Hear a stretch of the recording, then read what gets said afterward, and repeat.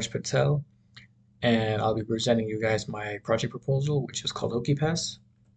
So, what is HokiePass? HokiePass is basically a full stack or merge stack .edu verified ticket marketplace just for Virginia Tech students and employees.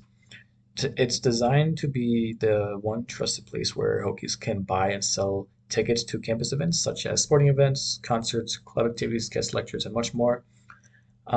What's different is that HokiePass will use escrow payments and secure ticket transfers so that we can stop scams and make ticket exchanges safe and simple all in one platform.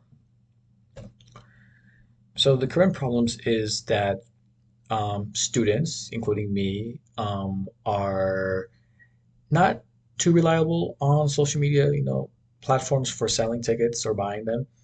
Um, for instance, social media like Instagram, Snapchat, GroupMe, it's risky and disorganized. Um, and I did encounter one problem is where I wanted to buy a ticket for a football game. I want to Snapchat someone selling it. I paid them on Venmo and they scammed me like $20. So, and I couldn't report it. So that was one issue for me.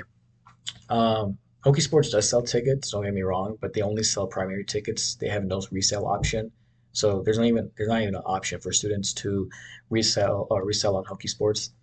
The reason I'm saying this is because students lack a lack of trust and reliable. It's not completely safe to trade on campus tickets amongst other students. So the solution is that we set up HokiePass, the students will get verified by their .edu or Virginia Tech email marketplace. Only students for and employees.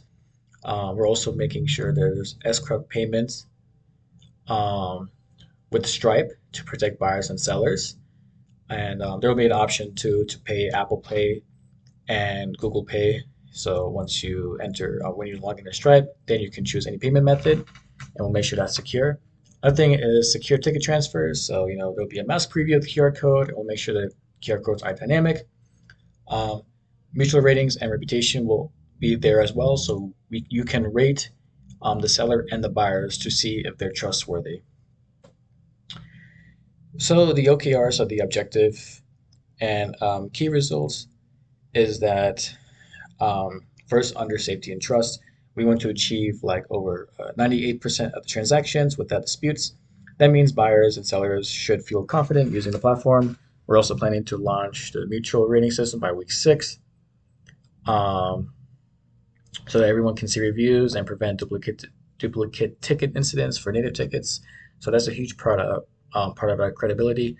Then for adoption, our goal is to reach around 300 or more verified VT users and at least 100 completed transactions across 10 or more campus events by the end of the semester. So like that shows that we're not just building it, but people are actually using our product. And finally, reliability. So we're aiming for 99.5% uptime, keeping payment webhook failures under 0.5% and resolving disputes in under 24 hours on average. This is really about making sure that HokiePass runs smoothly and doesn't frustrate people. So here's the workflow diagram.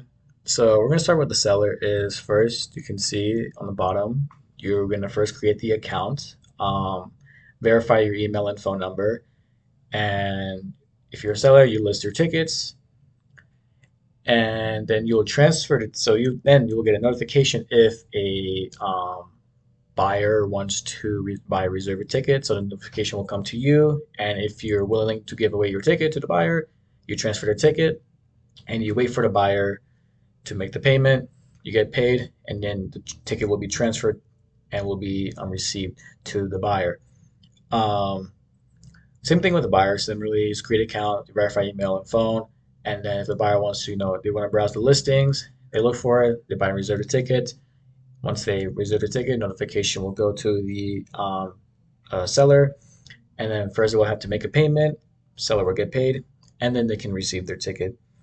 So what's different about this is that the buyer will reserve a ticket, and they're going to get a QR code which is masked before they make the actual payment. And then once they make the payment, the QR code will be visible and ready to go. So that makes sure that the seller and the buyer are happy with or satisfied with their transactions. All right, so with phases and features is that in weeks 1 through 4, we're focusing on the MVP, meaning that getting the essentials in place first. So the .edu email and phone verification, the ability to browse and list tickets, and escrow payments through Stripe, which will also support Apple, Google Pay, as I mentioned earlier. We'll also let sellers upload tickets with a mask preview so buyers feel safe and build in buyer confirmation with basic dispute handling. Then through 5 weeks and in weeks 5 through 9, sorry, we moved into that we're doing the main build. This is where the big features happen. So native ticket issuance for student organization events, dynamic QR codes for secure transfers, notification by email, SMS or push, whatever, and also put mutual ratings and reputation badges, and basically an organizer check-in scanner. So this is like where it really starts feeling like a full system.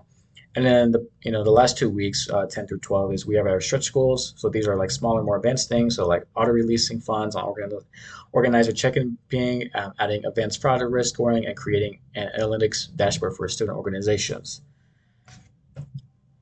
And as I mentioned earlier in the beginning of the slide, is that we're going to be using Mern. Reason I do this is because it's fast to develop and everything in JavaScript end to end, which keeps our code base simple. And MongoDB's flexible schema makes it easy to store ticket and user data without a lot of upfront modeling. Express and Node gives a lightweight backend so that we can handle payments, notifications, and QR generation without a lot of overhead. And React let us build a responsive interface quickly for both desktop and mobile. So we looked at the alternatives like Django, for instance, but Marin had the best balance of speed, simplicity, and a huge library of components so that we can pull this off throughout the whole semester. So that's my proposal project presentation. Hope you guys are interested in working with me. Thank you.